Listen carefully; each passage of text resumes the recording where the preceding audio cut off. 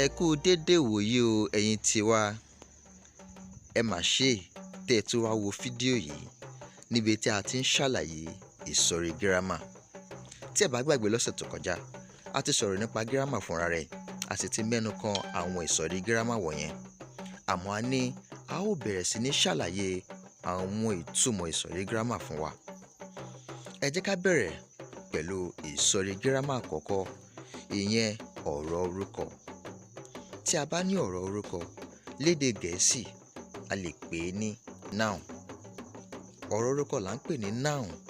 Bí a ṣe ń túmọ̀ noun lédè Gẹ̀ẹ́sì, òun ni pé noun is name of any person, animal, place or things. Ṣùgbọ́n lédè Yorùbá, ọ̀rọ̀ orúkọ túmọ̀ sí orúkọ èèyàn tá a bá rí nínú gbólóhùn tàbí nínú ọ̀rọ̀ tá a sọ. Orúkọ nǹkan tá a rí nínú gbólóhùn tàbí ọ̀rọ̀ tá a sọ. Orúkọ ibì kan tá a rí nínú gbólóhùn tàbí nínú ọ̀rọ̀ tá a sọ. Àti orúkọ ẹranko. Ká ṣà sọ pé ohunkóhun tó bá ní orúkọ la lè pè ní ọ̀rọ̀ orúkọ.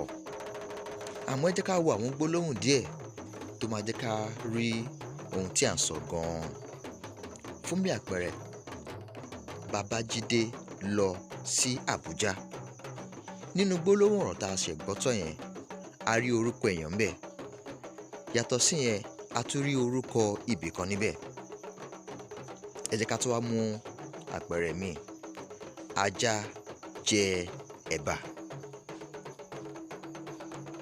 Nínú gbólóhùn yẹn, a bá orúkọ ẹranko pàdé. Bákan náà, a bá orúkọ oúnjẹ pàdé níbẹ̀. Ẹ jẹ́ ká tó wá wo àpẹẹrẹ míì. Mo mú ẹgba. Nínú gbólóhùn ọ̀rọ̀ tá a sọ yìí, a ní ọ̀rọ̀ orúkọ ẹyọ kan ṣoṣo níbẹ̀. Kí ni ọ̀rọ̀ orúkọ náà? Ẹgba. Ìyẹn ní nǹkan.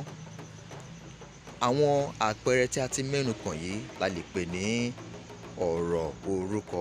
Nínú àwọn gbólóhùn yẹn, ọ̀rọ̀ orúkọ farahàn nínú àwọn gbólóhùn náà.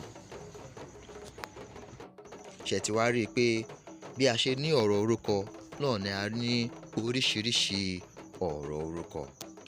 Ní báyìí a ti mọ ìtumọ̀ ọ̀rọ̀ orúkọ.